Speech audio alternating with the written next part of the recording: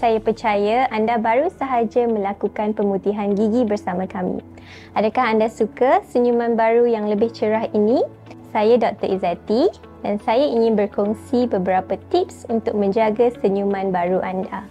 Untuk minggu ini, elakkan mengambil makanan atau minuman berwarna gelap dan yang menggunakan banyak bahan pewarna. Contohnya, kopi, teh, wain merah, sos soya, soda dan kari. Elakkan makanan atau minuman yang terlalu sejuk atau terlalu panas untuk mencegah sensitiviti gigi. Jangan merokok atau menggunakan produk tembakau yang lain. Jangan gunakan ubat gigi yang berwarna.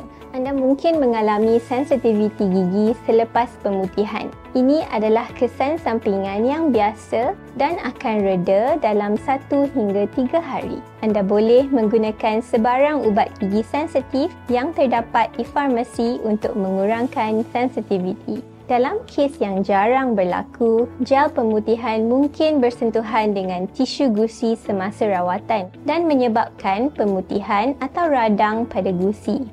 Jangan risau kerana ini biasanya sementara dan akan hilang dalam 1 hingga 2 jam. Jika anda mengalami bibir kering selepas rawatan, gunakan sedikit pelembap bibir atau krim vitamin E. Hasil pemutihan gigi boleh bertahan selama 1 atau 2 tahun bergantung kepada tabiat anda. Tetapi semua pemutihan gigi memerlukan penjagaan. Anda boleh menggunakan kit pemutihan di rumah untuk memperpanjang kesan dari rawatan pemutihan gigi. Ingat, mematuhi penjagaan pasca pemutihan dan pemeliharaan adalah kunci kepada gigi putih yang tahan lama.